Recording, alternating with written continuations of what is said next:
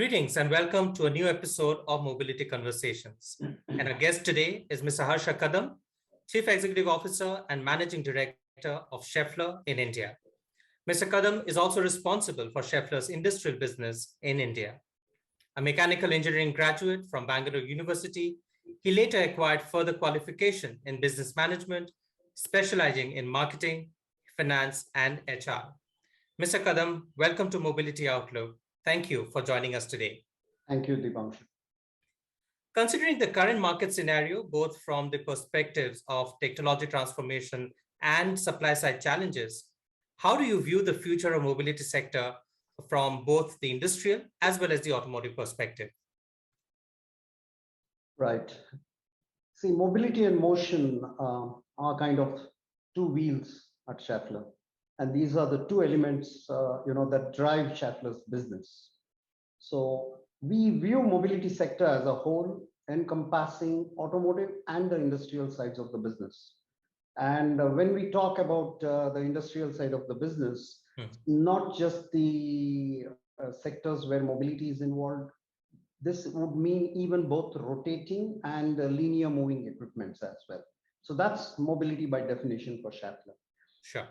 It includes all the sectors, all the automotive sectors, the two-wheelers, the railways, the tractors, passenger vehicles, commercial vehicles, not to mention the machine tool industry, where a lot of linear guides as a product we give, or the rotating component equipments like motors and pumps. So there too, again, that's motion in eventuality. It is nothing but mobility, so to say. So there we are preparing for whatever technology changes that appear on the horizon, whatever shape it may take, be it going to be hybrids or micro hybrids, or for that matter, even pure electric vehicles when I talk about the automotive applications. Not to be left far behind on the fuel cells, which is touted as the next powering systems for any mobility sector. And we do see that the use of hydrogen, as you know, is going to be the clean form of energy going forward. So you would have enough opportunities in terms of electrolyzers and fuel cells as well coming in. So towards that end, we have continuously made strategic investments and strategic acquisitions at Schaeffler Group level so that we develop these competencies and we are ready when the change begins to start. So what is it doing to us? This is enabling us to be a very valuable business partner, not only to our customers, but also to our supply partners, because in the process, we need to develop a supplier base as well.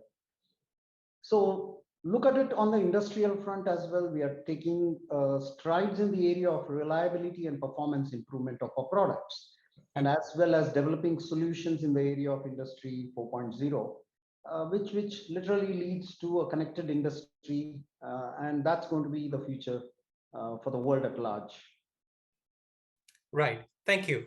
So when you look at the industrial domain, particularly domains beyond automotive, when we talk of aerospace, railways, what are some of your key focus areas, and what do you think would drive growth for Schaeffler in the coming times?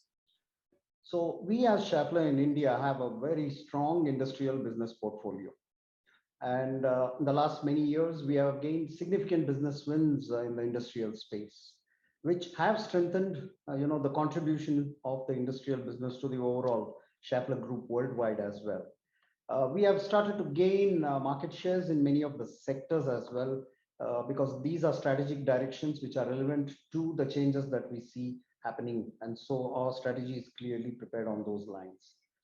So we have seen some significant gains in the recent quarters in railways, renewable energies. We play a very strong role in the marketplace, off highways, machine tool industries, or even for that matter, heavy industries. Now, these are some of the sectors where in the industrial domain, Schaeffler is able to bring in and add a lot of significant value to our customers. Right. Now, our aim has always been to remain within the top three players, in the specific industry, to ensure that we continue to advance and deliver value and productivity to our customers. Clearly, this comes on the back of not just having a wide product portfolio, but also having the wherewithal, our engineering capabilities, our validation and testing capabilities, which we have been consistently investing. Okay. Now, take for example the railway as a sector. Now, the rules of the game is getting redefined here. One of the biggest challenges now every player has, if we have to play in the railway sector, is you need to cater to either a product or a performance reliability, performance as such, and comfort and convenience and safety. Now, these become the determining factors in this sector. And we as Schaeffler, we believe that we are able to clearly meet those agendas which has been set out by the government. And to that effect, we have been now driving projects both on the pure conventional bearing front as well as on the digitalization front, wherein we are getting into condition monitoring equipments for the railways. Mhm. So with this, we are now provide axle boxes integrated with sensors, which enable digital feedback with which we can monitor the health and performance of the bearings both. Now, these are things that this is the direction that the industry and the market is also getting driven at. Of course, if you were to see some of the bearings that we give called tarol into the axle boxes, we have established a strong presence in the metro trains, and as you know now, every city you will find metro trains coming up.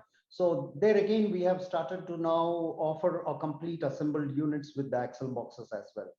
And it's a matter of pride for us that Schaeffler India has become one of the largest supplier of axle box bearings for metro trains that are running in Australia, running in Brazil, running in Europe, and even in Montreal in Canada. So that's the level of penetration that we have started to make. And we see that, yes, our brand is well accepted, obviously, because we are able to offer, these products. One other product which we brought to India, and we were the pioneers to do that, is the insulated bearings, which go into the traction motors for locomotives. And we are the only one who have the capability to make this in India today and offer it. And we have worked with our vendor partners to develop those competencies and capabilities so that we offer these solutions at a very competitive, positioning, so that we continue to add value to our customers here. And as you know, with railways having a very clear agenda on electrification, going by the year in the next 5 years, they want to remove all diesel locomotives. So these become very important for us. These products become a very important part of our portfolio. Sure. You've already spoken about the critical role that digitalization plays in your current operations. But when you look at the future and when you look at the Schaeffler organization in the country, how do you see this really growing? Well, certainly digitalization, there's going to be a lot of acceleration that is going to happen here. It is beginning to happen already in the direction of digitalization. But trying to say that we will be in a position to implement all the robotics, automation, the artificial intelligence, the big data analytics within a short period of time, I think would be committing a little too much. India, as such, has its own challenges as well, more so on the social front, right? So there would be a lot of change that would take place in the rapid adoption if we have to do that, particularly towards remote diagnostics or collaborative pools that we will be adopting. So there is a lot of work that has to be done on that front by Schaeffler globally as well. Okay. Now, and I presume there are solutions which are already available, and we do intend to definitely bring those solutions to India as well. Now, for example, in our own plants, we have started to focus on bringing in a lot of robotics. Already we have started to bring in a lot of robotics within our plants and a high level of automation as well. Now, as we do that, one important parameter that needs to get addressed is the upskilling of our workforce. And this is something we have started, where we begin to upskill the workforce who are into conventional machining processes, conventional material movement processes, to now managing these up-end technologies, So that is a major task, and we are well underway in doing that today. Right. When we look at the other megatrends globally, be it connected, autonomous, shared, or electrified from an automotive perspective, what sort of opportunities do you see these megatrends bringing to Schaeffler India? Well, I did mention briefly a little about it. These future trends, I have now today, you look at it, everything, is driven by the climate change focus that is coming in. That's the biggest objective that every organization, every nation, and the entire civilization is looking at. That how do we become carbon neutral? And Right. as such, Schaeffler globally, we have now taken an self-imposed target Hmm. to become completely carbon neutral, 100% carbon neutral by the year 2040. Well, we will be doing it in two stages, scope one and two, which would be our own plants and our products. We believe we will get to becoming carbon neutral 100% by the year 2030. But then we also have the responsibility to handhold our suppliers, help our Right. suppliers to also align to this bigger cause. And for that, we would need some more time. So we have kept another 10 years. So by the year 2040, we expect that our upstream supply, the entire supply chain would become carbon neutral as such. Now, having said that, this, as I said, on the business front and opportunity front, it is opening up a lot of opportunities for us. First, existing products we would like to re-engineer, to see how our products can play a role in getting towards carbon neutrality, right? Or becoming a positive contributor, right, towards this effort. Plants, obviously, we have very clear plans there, be it in terms of renewable energies, be it in terms of consumption of energy, being in terms of using renewable energies in our plants in every aspect. So Mm. we're looking at it. Just a case in point, H2 Green Steel is the startup company in Sweden, which went public now, and they have said that they have now found a way to produce steel 100% with renewable energy. So they call it green steel. Right. Schaeffler has been one of the first in line to sign a contract with them for Mhm. 100,000 tons of green steel, clearly. So that shows the commitment that we are committed to join this force in achieving this objective. So look at the automotive sector, and you would find now electrification. There's a lot of talk about it, a lot of action happening there. Infrastructure focus has come in with the PLI scheme as well. Sure. Battery charging banks are being set up everywhere now. So with all that, clearly we have our act cut out as well. So we have identified five future, trends: sustainability, climate change, new mobility, electrified powertrain, and even autonomous production, and data economy and digitalization. So we are clearly having strategies in each of these areas, be it in terms of design, engineering, and capabilities, or be it in terms of manufacturing capabilities, how to develop products and bring them to the market. Right. So we see addressing these trends not only as an obligation in the context of our increasing responsibilities, but also this is a strategic opportunity for our future success. Interesting. I'd come to one of your recent announcements of fresh investment in Hosur to the tune of 300 crore. Now, how significant is this for Schaeffler's overall business? Okay. Well, we already have a plant in Hosur, Mm. which is catering mainly to the transmission equipments and transmission applications for the automotive sector. But as we are seeing, there is a strong demand and growth, and the plant is now at its seams, bursting at its seams, because we have run out of space to further expand the operations there. Hence, it warranted us to look at another plant, and hence this investment. Uh, Now, this plant is proposed, with a clear proposition that we will manufacture all the future transmission needs that would come up, be it in the conventional IC engines, or going forward, even the transmission systems that would be required for the electric vehicle system. So we are preparing this plant for the future.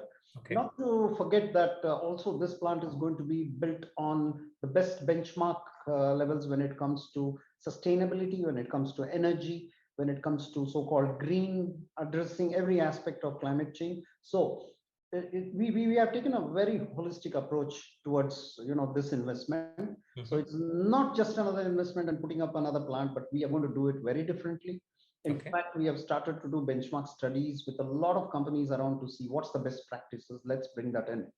And rightfully, with the kind of investments of almost 300 crores, employing 300 people. So we Mhm. believe this is going to be a huge value addition to the industry as well.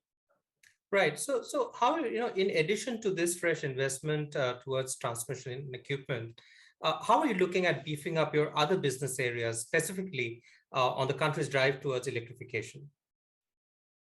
Well, we have been always been in the forefront of innovation in developing new products for the market, and that has been in the DNA of Schaeffler globally, that we innovate. That's one of the biggest sustainability drivers that we have.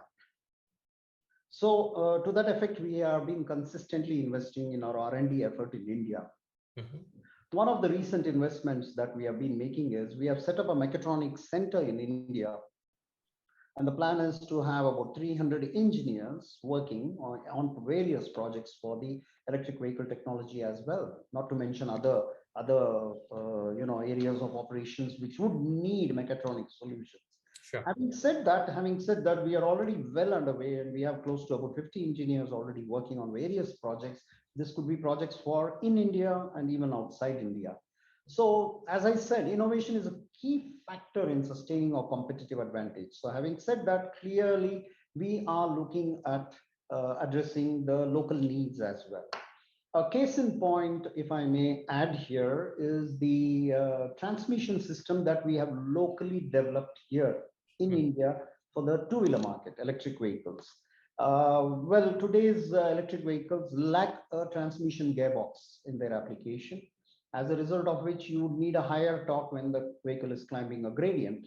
Now, this is where our solution comes in very nicely fits in. And you have an automatic switching of the gears so that you and continue to keep the momentum or the speed even on a gradient, because the torque would change at that point in time. And that's exactly we have addressed using our homegrown twin trans, as we call it, a two-speed transmission system. Sure. Currently, we are engaged with some of the big customers that we are working with them. And rightfully, this is already under advanced stage of development. And we foresee this is a very good value add for the two-wheeler industry. Now, having developed that for the two-wheeler industry, we see that it can already be adapted for the three-wheelers. So we have already developed prototypes for the three-wheeler industry as well. So let's talk a little bit about now the transmission system is still a mechanical part. What about the electrical motors or the controllers, or for that matter, even the temperature management system, thermal management system? Now, Schaeffler, as you know, has been making strategic acquisitions along the way in the electric vehicle space. We have made acquisitions globally in the area of electric motors, companies, in motor controller companies which make motor controllers, and companies which make the thermal management systems as well. So with this, over the last 5 years, we have steadily acquired the competencies. So the competency to get into a total system level solution for the electric vehicles is already existing. It's a question of now adapting that to India's needs, and that's exactly what we are going. Okay. Okay. Now, you've already given me a sense of the progress that Schaeffler India has made in terms of research as well as innovation. Now, what are some of the key areas? I mean, have you identified, let's say, from a long-term perspective, certain areas that Schaeffler would be keen to invest in? Yes, as I said, our strategy is very clear, and value creation to all our stakeholders, and we have to grow profitably. These two are very clearly etched in our minds. There are challenges, obviously, which definitely would come our way. So as you see now, currently the consumer demand can be fluctuating, which we are going through.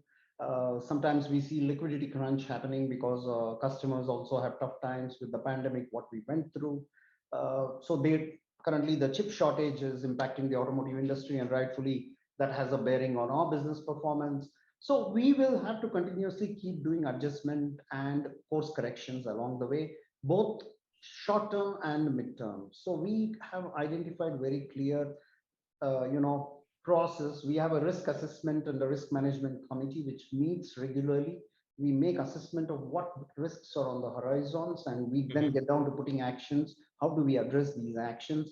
And so accordingly, we have started to take steps. Okay. One of the things which I might like to share is, considering the geopolitical situation that was evolving in this part of the world, we realized that our sourcing content from China needs to definitely go down. And to that effect, we began to work very proactively. And I must say today, I don't think we source not more than 8% of our Okay. sourcing is from China as such. Mhm. So there's a lot of localization effort that we have started to make over the last few years, and we have consistently focused on that. And to that effect, appropriate investments are also being made both within Schaeffler and with our supplier community as well. So having said that clearly, our capability to predict and forecast, that's one of the big challenges for anyone, I guess. And but we are mentally prepared, rightfully, to say these changes are going to be there. This is Mhm. going to be the new normal, the way of working. How agile can one be? How accurately can one can forecast these changes? And we continue to invest in the right places, to make the right decisions. I think Right. in a nutshell, we are clearly building a framework to drive our strategy on ESG going forward. And that, I guess, because Mhm. with ESG, you're addressing the environment, you're addressing the social cause, you're also ensuring that your governance practices remain the best as a benchmark. So with that, I think we have a holistic strategy approach towards this. Interesting. Ms. Kadam, considering the growth ambitions that the group has, or the Indian entity has, what are some of the key challenges you face currently? And what do you think would you think, you'd require any course correction in the short to medium term? Yes. Right now, of course, the biggest challenge and kind of an impediment we faced was the input material cost that began to go up. Rightfully, as all of you know, steel prices went through the roof, and we have never seen these kind of rises. At least I have never seen these kind of increases in my career. But having said that, one is to rue and sit and watch what's going on. Second is to start acting. So we got our act together very quickly.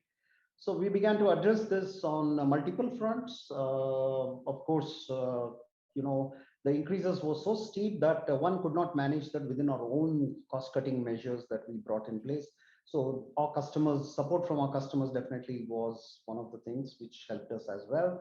Not to mention that we clearly outlined the areas where we should manage our costs more efficiently. So Mhm. that's helping us actually, and we are continuing to sustain that. And last, of course, also are what are the new business opportunities? Because I think accelerating the speed of the projects towards closure was one of the important elements that we identified, and we began to stay focused on that. And I'm happy to say that a lot of projects got closed. In fact, our automotive performance, if you see, Right. while the industry was down much more, the impact was not so much on our business, fundamentally because we were able to get a lot of projects to a closure with Sure. this approach. Rightfully, of course, innovation definitely has to be there. Talk about the industrial space. We have new condition monitoring devices that we have launched called the Optime, and this works on the latest state-of-the-art meshnet technologies. And Mhm. now that's already offered. I'm seeing a tremendous response for that in the Indian marketplace. We have now lubrication systems, again, under the Industry 4.0 with a lot of digitalization integrated, which we will also be soon bringing to the market. So with that, I think the biggest challenge obviously would be to ensure how can we keep our manufacturing capacity, assets, utilization at the maximum Mhm. level possible. That's the challenge. Mhm. And so that's where the market dynamics would play a key role, right? Uh, Right. so I guess, well, if we are able to touch all the right buttons, I think we can play the game fairly well. Right. Finally, Mr. Kadam, you of course talked about sustainability, and clearly that's at the core of Schaeffler's business. Could you talk about some progress that you made in this regard from an Indian context? Well, I did briefly touch about already Schaeffler globally, what it is doing, correct? And I must say that we have started to take steps within our products and our plants as well. Mhm. I think most of our plant, we already have started to implement a lot of solar roof power generating units Mhm. on the rooftops, which we have now started to use. And we Mhm. have a clear set of targets there to get to every year, and this has become a part of our review presentations to the board and so on. So we are very clearly focused on moving towards the 100% climate neutrality in our plants by the year 2030. That goes without any compromise. But having said that, there are other aspects of the business, like water neutrality is another area we are focusing upon, and that's another key focus area under our sustainability. drive. One other area which I would also like to touch upon is our CSR area. We have been doing a lot of work in the corporate social responsibility area. And we have a program which is called as HOPE, HOPE. Primarily, it's an acronym. It stands for focusing, and our projects are focused on healthcare. P for professional skill developments, and P for preserving the national heritage, art and culture. And O for occupation, this thing. And then, of course, we also look at how can we take care of the upskilling, the skill development as well. So under this whole program, we've been running various projects and across the country, be it in the having mobile health units operating in facilities wherever our plants are, situated in and around the villages.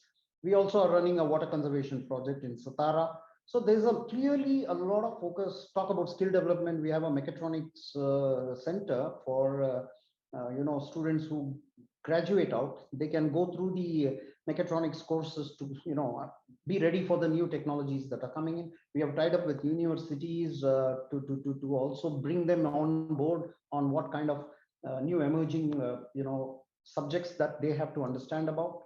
Not to mention even skill development for underprivileged women called Nitara. We run beautician courses, training programs sponsored by us. So there is a lot happening on the CSR side. There's a lot happening on our plants itself. How do we conserve energy? And now we are also focusing on products. How do we bring out products which actually add a positive contribution towards reducing the carbon footprint of our customers? So this is something that will continue. And, rightfully, we are in the direction where we have said very clearly, going forward, ESG is what we focus on, because once you address all the three critical parameters there, I think you're addressing the critical issue of climate change as well. Thank you, Mr. Kadam, for speaking to Mobility Outlook today. We truly appreciate your time. Wish you the very best for the future. Thank you. Thank you, Dipanshu. Have a good day. Okay. Bye-bye.